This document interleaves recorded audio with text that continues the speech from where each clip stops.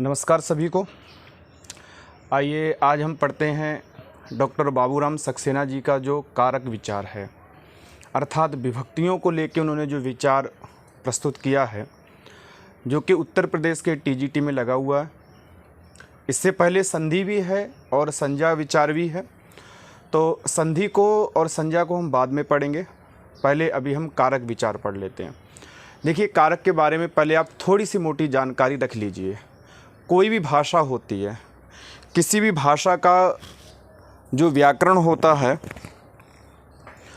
उस व्याकरणों में कहीं ना कहीं कारकों की महत्ता होती है। उसका एक सबसे बड़ा कारण होता है कि कारक जो है वो क्रिया को निष्पन्न करते हैं। किसी भी भाषा में क्रिया की प्रधानता होती है, और जब जब क्रिया की प्रधानता होती तो उस क्रिया को संपादित करने के लिए आपको किन्हीं ना किन्हीं कारकों की आवश्यकता पड़ेगी।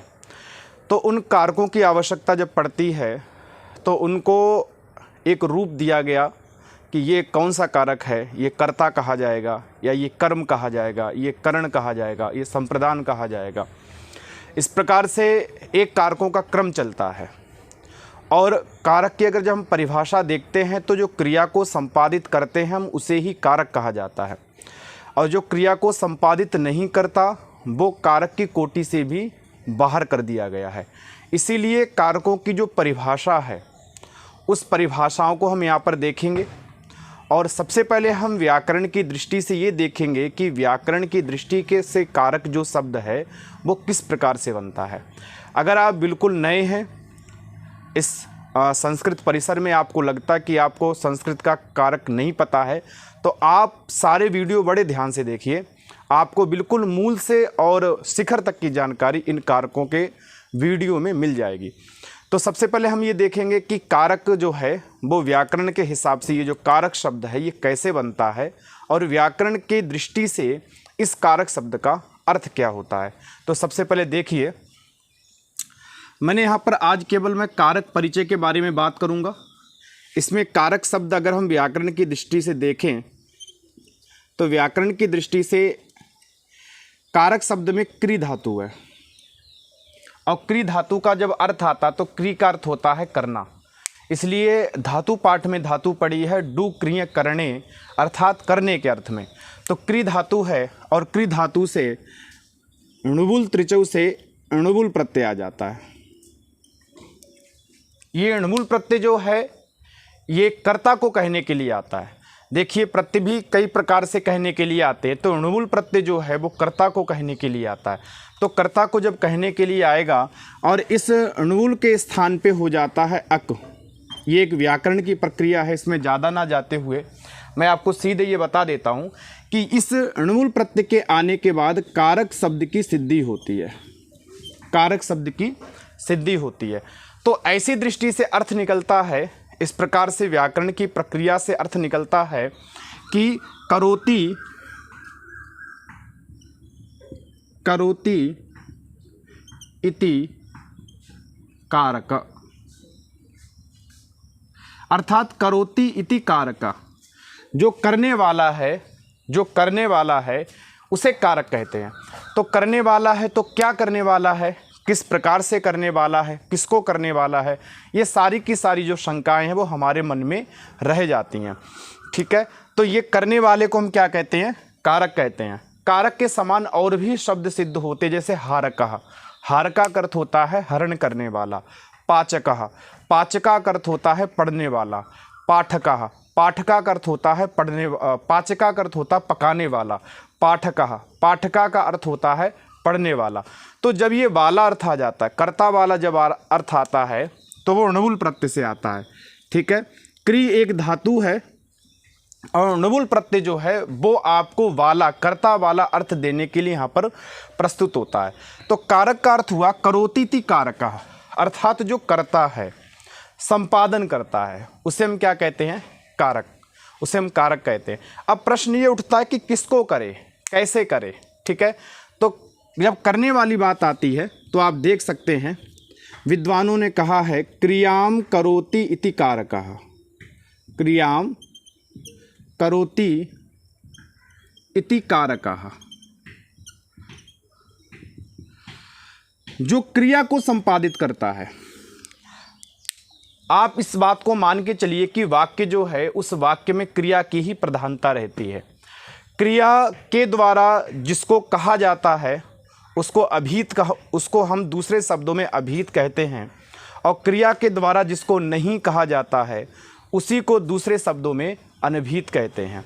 सारे के सारे जो कारक हैं वो क्रिया की निष्पन्नता के लिए बने हैं, अर्थात सारे के सारे कारकों के द्वारा क्रिया संपन्न कराई जाती है, क्रिया कराई जाती है।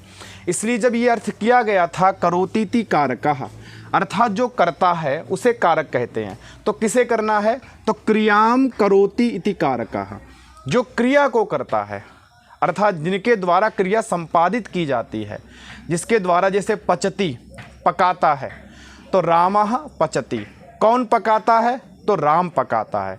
तो क्रिया की प्रधानता में जो राम है वो राम कारक माना गया। रामः भोजनम पचति, यहाँ भोजन और पचति, पचति क्रिया को संपादित करने के लिए दो कारक हमारे पास आए, एक कर्म आया और एक कर्ता आया।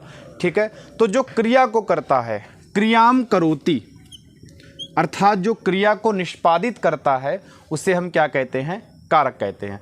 तो ये अर्थ आपका हुआ व्याकरण की दृष्टि से, जब आप व्याकरण की प्रक्रिया के अनुसार अर्थ को देखते हैं।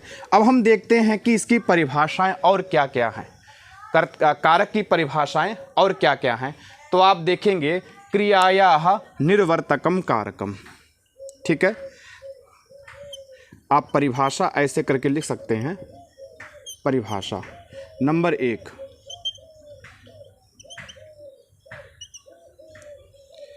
क्रियायाः निर्वर्तकम बराबर कारकम। क्रियायाः निर्वर्तकम, क्रियायाम यहाँ षष्ठी विभक्ति है, तो क्रियायाः क्रिया का निर्वर्तक कहते हैं बनाने वाला। ठीक है, जो क्रिया को बनाने वाला है, जिसके द्वारा क्रिया बनाई जाती है उसको कारक कहते हैं, अर्थात जिसके द्वारा क्रिया जो है वो संपादित कर दी जाए उसे क्या कहते हैं? कारक कहते हैं।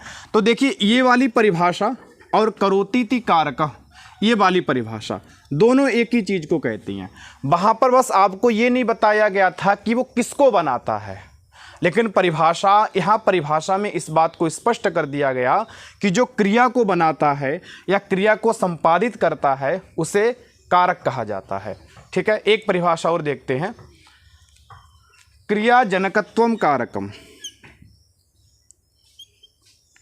क्रिया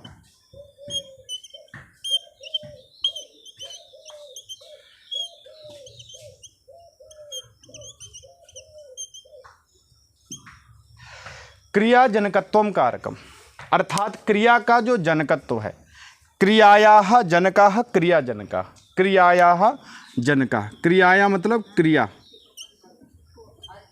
का जनक क्या कहलाता है? कारक कहलाता है। जनक का अर्थ यहाँ पर निष्पादित करने वाला है, कि जो क्रिया का निष्पादित करने वाला है, जिसके द्वारा क्रिया निष्पादित होती है, उन सभी को हम क्या कहते हैं? कारक कहते हैं। कारक के बिना कोई भी भाषा अधूरी है, और कारक के बिना आप पूरा भी वाक्य का अर्थ नहीं ला सकते। कारक ही हैं जो आपको पूरे वाक्य का अर्थ ज्ञापित कराते हैं, जिनके द्वारा आप वाक्य का अर्थ जान पाते हैं। तो क्रिया जनकत्वम कारकम, अर्थात क्रिया का जो जनक भाव रखता है उसको कारक कहा जाता है। क्रियायाः निर्वर्तकम कारकम, जो क्रिया का निर्वर्तक होता है, जिसके द्वारा क्रिया बनती है, उसको भी हम क्या कहते हैं? कारक कहते हैं। तो इन दो परिभाषाओं के हिसाब से अगर हम देखें तो ये कारक की परिभाषा हमें यही बताती है कि क्रियाम करोतीति कारकम, अर्थात जो क्रिया को करने वाला है, जिसके द्वारा क्रियाएं निष्पन्न की जाती हैं, उन्हें हम कारक कहते हैं। तो हिंदी में तो वैसे आप बहुत अच्छे से इसको समझते हैं। कारक चिन्हों के द्वारा हम कारकों की पहचान करेंगे कि यहाँ पर कौन सा कारक है। ठीक है, कारकों की संख्या और कारक चिन्ह, ये दो चीज़ें हैं जो हमें ये बताती हैं कि कारक कितने हैं। ठीक है, तो कारकों के विषय के बारे में बात आती है। ठीक है, इन्होंने एक बात पहले ही कह दी कि क्रिया को जो बनाने वाला है, क्रिया को जो संपादित करने वाला, उसको हम कारक कहेंगे। तो इस दृष्टि से केवल 6 को ही कारक माना जाता है। एक बार मैं उनका कारक लिख देता हूँ, उनका चिन्ह लिख लेता हूँ, और इसके बाद वो कैसे प्रयोग होते हैं इसको मैं आपको दिखा दूंगा। ठीक है, इधर आपका कारक हो गया, ये कारक चिन्ह है जिनके द्वारा हम कारक को पहचान सकते हैं, कारक चिन्ह। ठीक है, देखिए पहले कर्ता, कर्ता का जो कारक चिन्ह है वो है कर्ता ने। आपको प्राय करके वाक्य में ने का प्रयोग मिलेगा, लेकिन कई बार नहीं मिलता है। जब कई बार नहीं मिले तो आप ऐसा मत समझिए यहाँ पर कर्ता नहीं है। जैसे राम ने रावण को मारा, राम ने रावण को मारा, तो राम ने रावण को मारा, राम ने रावण को मारा। यहाँ पर आपको जो ने दिखाई पड़ रहा है ये इस बात का द्योतक है कि राम करता है। ठीक है, लेकिन कई बार ये ने दिखाई नहीं पड़ता, जैसे राम खाता है, राम खाता है। ठीक है, अब इस वाक्य के अंदर राम के साथ ने जो है वो छिपा हुआ है, क्योंकि अगर ना राम के साथ आप ने लगा दोगे तो एक अटपटा सा वाक्य बन जाएगा कि राम ने खाता है। ठीक है, इसलिए कई बार जो है वो ने जो है वो छिपा हुआ रहता है और कई बार आपको साक्षात दिखाई पड़ता है।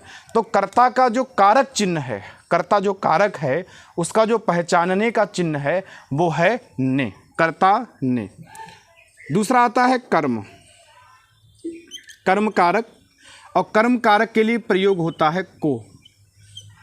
ठीक है, कर्म कारक के लिए प्रयोग होता है प्राय करके को, तो कर्ता ने, कर्ता के लिए ने का प्रयोग होता है, कर्म के लिए को का प्रयोग होता है। आप उसको यहाँ देख सकते हैं, राम ने रावण को, ये जो को है ये आपको ये द्योतित करता है कि यहाँ पर कर्म है। ये रावण जो शब्द है ये कर्म के रूप में विराजमान है, इस बात को ये प्रकाशित करता है। इसलिए को जो कारक चिन्ह होता है वो कर्म का माना गया है, कर्ता ने कर्म को। तीसरा हम देख लेते हैं करण। करण के लिए कई बार ने का प्रयोग हो जाता है, कई बार से का प्रयोग हो जाता है, और कई बार द्वारा का प्रयोग होता है। ठीक है, ये 3 कारक चिन्ह जो हैं वो कर्ण के हैं। इसमें आप देख सकते हैं कर्ण में प्राय करे, कर्ण का अर्थ होता है साधन।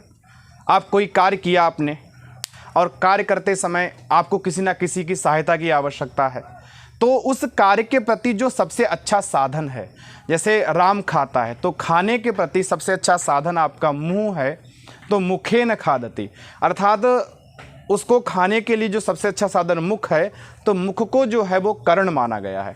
तो कर्ण के जो कारक चिन्ह हैं वो 3 हैं, या तो वहाँ ने का प्रयोग हो सकता है, या से का प्रयोग हो सकता है, या द्वारा के प्रयोग, द्वारा का प्रयोग हो सकता है। ठीक है, तो इसमें ने का प्रयोग, राम ने रावण को बाण से का देख लेते हैं, बाण से मारा। ठीक है, किससे मारा? बाण से मारा। अब यहाँ पर जो से है, ये से कारक चिन्ह ये कहता है कि मारने की क्रिया के प्रति सबसे साधकतम जो कर्ण था, जिसकी सहायता से रावण को मारा गया, वो बाण था। इसलिए बाण जो है वो आपका कर्ण कारक में चला जाएगा। ठीक है, इसी के द्वारा हम देखते हैं राम श्याम के द्वारा जाता है, तो जाना क्रिया के प्रति सबसे ज़्यादा जो साधकतम चीज़ है वो श्याम है, क्योंकि श्याम ही उसको रास्ता का ज्ञान कराता है। इसलिए कारक चिन्ह जो है वो द्वारा माना गया है। ठीक है, तो कई बार ने और से और के द्वारा यहाँ पर आपका कारक चिन्ह देखने को मिलता है। इसके बाद चौथा आता है संप्रदान।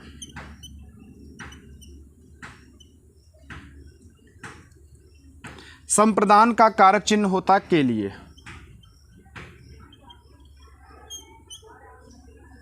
ठीक है, संप्रदान का अर्थ होता है के लिए। संप्रदान का कारक चिन्ह होता है के लिए, कि राम जो है वो गुरु के लिए गाय देता है, राम गुरु के लिए गाय देता है। ठीक है, गुरु के लिए गाय देता है। अब देखिए यहाँ पर के लिए सीधा आ गया। राम शिष्य के लिए पुस्तक लाया, राम आश्रम के लिए बहुत सारा धन लाया, तो जहाँ पर वाक्यों में के लिए का प्रयोग किया जाए तो समझिए वहाँ पर जो है वो संप्रदान कारक का प्रयोग हुआ है। तो के लिए जो है वो संप्रदान कारक में प्रयुक्त होता है। ठीक है, वो आपको ये चिन्हित करता है कि यहाँ पर संप्रदान है। ठीक है, इसके बाद हम देख लेते हैं पांचवा, अपादान। अपादान का कारक चिन्ह केवल से है। ठीक है, अब कई बार ये कहते हैं कि अपादान का प्रयोग जो है वो अलग होने के अर्थ में किया जाता है।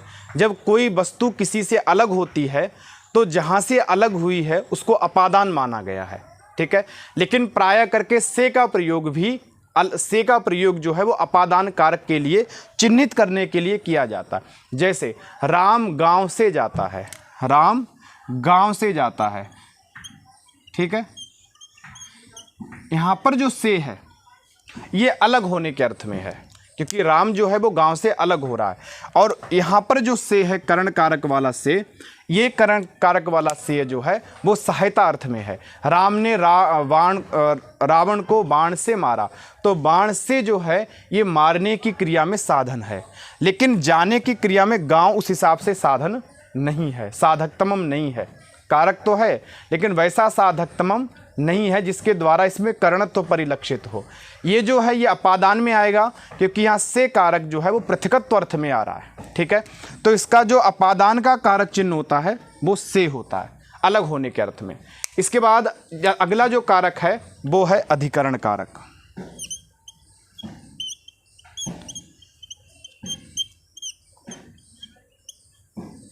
अधिकरण कारक, अधिकरण कारक में प्राय करके में,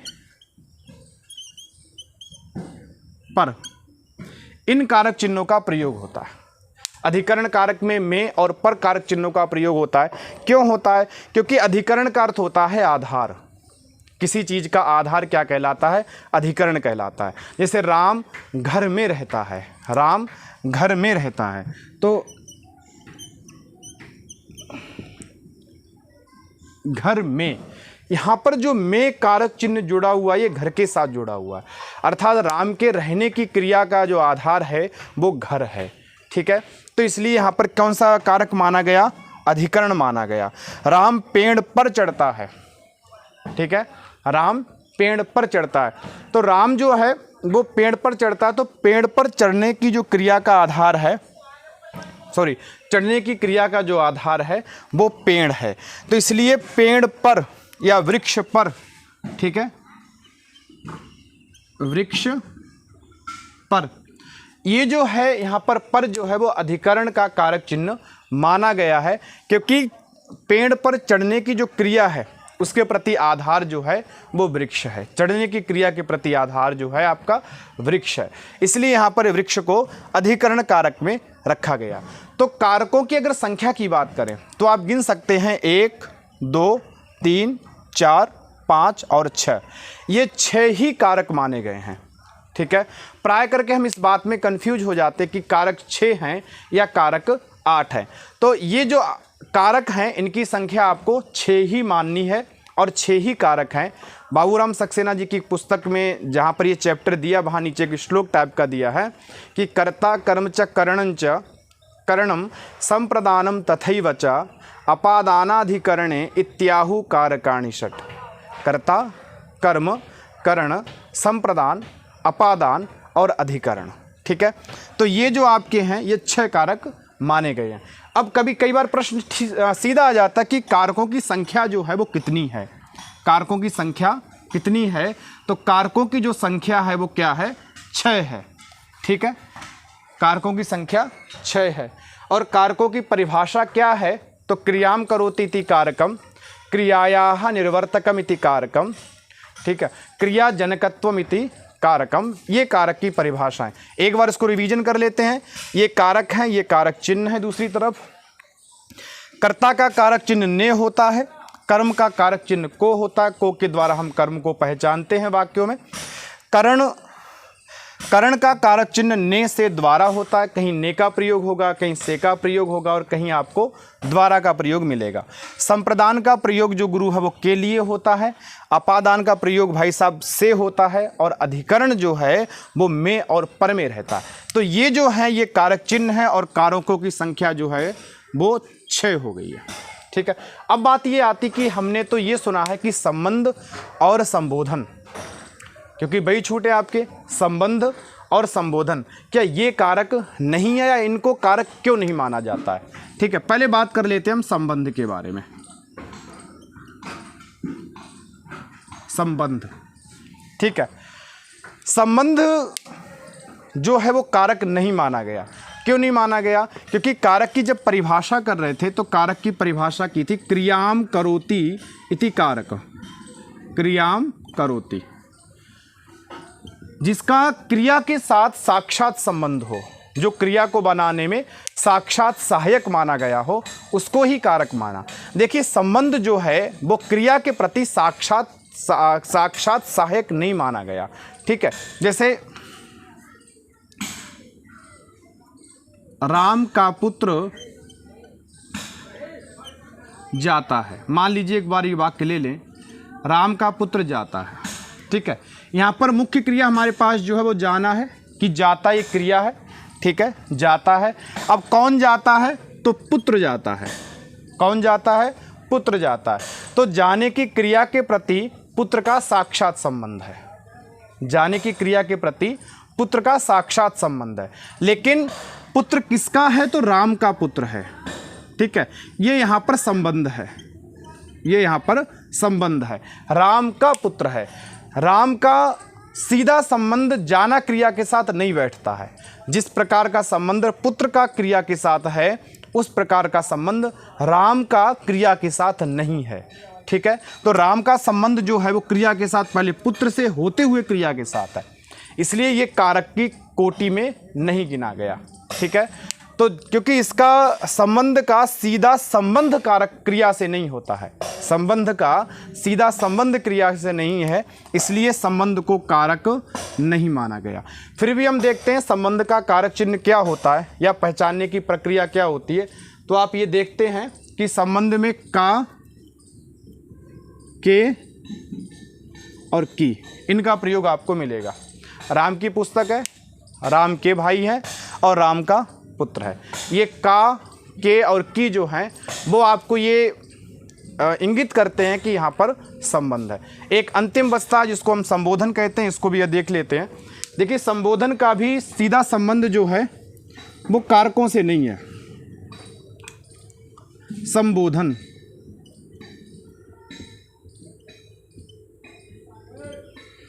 संबोधन का अर्थ है बुलाना, सब मतलब अच्छी प्रकार से, बोधन मतलब ज्ञान करना, ज्ञान कराना। तो संबोधन जो है वो बुलाने अर्थ में होता है, जैसे हे पुत्र, हे राम, हे रमा। ठीक, आप इधर आओ, तो हे पुत्र, यहाँ पर हे पुत्र का जो संबंध है वो क्रिया के साथ नहीं बैठता है। ठीक है, वो क्रिया के साथ नहीं है, तो क्रिया के साथ साक्षात उसका संबंध नहीं है, इसलिए हे पुत्र जो संबोधन है उसको भी कारक नहीं माना गया। तो कारक जो हैं वो 6 ही माने गए हैं। कर्ता माना गया है, कर्म माना गया है, इसके बाद करण माना गया है, संप्रदान माना गया है, अपादान और अधिकरण, ये 6 ही कारक माने गए हैं। ठीक है, तो आप इसको एक बार स्क्रीनशॉट ले सकते हैं और नहीं तो आप वीडियो को रोक के भी इसको आप लिख सकते हैं। ठीक है, अब प्राय करके प्रश्न फंसता है कि कारकों की संख्या कितनी है? तो 6 कारक हैं। कारकों की परिभाषा क्या है? तो क्रियाया निर्वर्तकम कारकम, ये कारक की परिभाषा है। ठीक है, आगे हम देखते हैं कारकों में ही विभक्तियों को।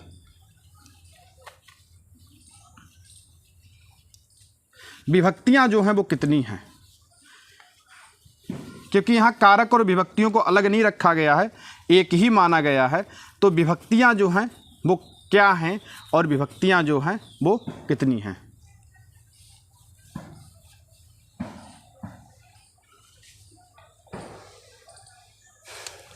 देखिए विभक्ति,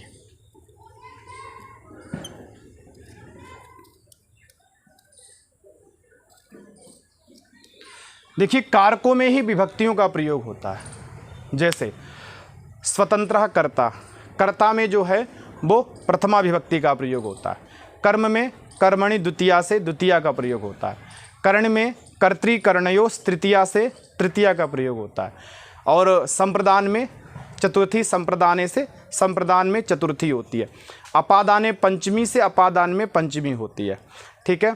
और इसके बाद हम अधिकरण करें तो सप्तम्या अधिकरणेचा, अर्थात अधिकरण में आपको सप्तमी विभक्ति करनी होती है। तो विभक्तियों का संबंध कारकों से है, इसलिए कारकों और विभक्तियों को एक ही माना गया है। तो हम ये देखते हैं कि विभक्तियाँ जो हैं उसका शाब्दिक अर्थ क्या है, इसके बाद विभक्तियाँ कितनी मानी गई हैं। तो देखिए विभक्तियों का अगर शाब्दिक अर्थ की बात करें तो यहाँ पर वि पूर्वक धातु है भज और प्रत्यय है तिन, स्त्रियाम तिन। ठीक है, ये स्थिति रहती है। भज के जा को जो है वो गा हो के का हो जाएगा, तो बी भक और पीछे से ती आ जाएगा तो विभक्ति।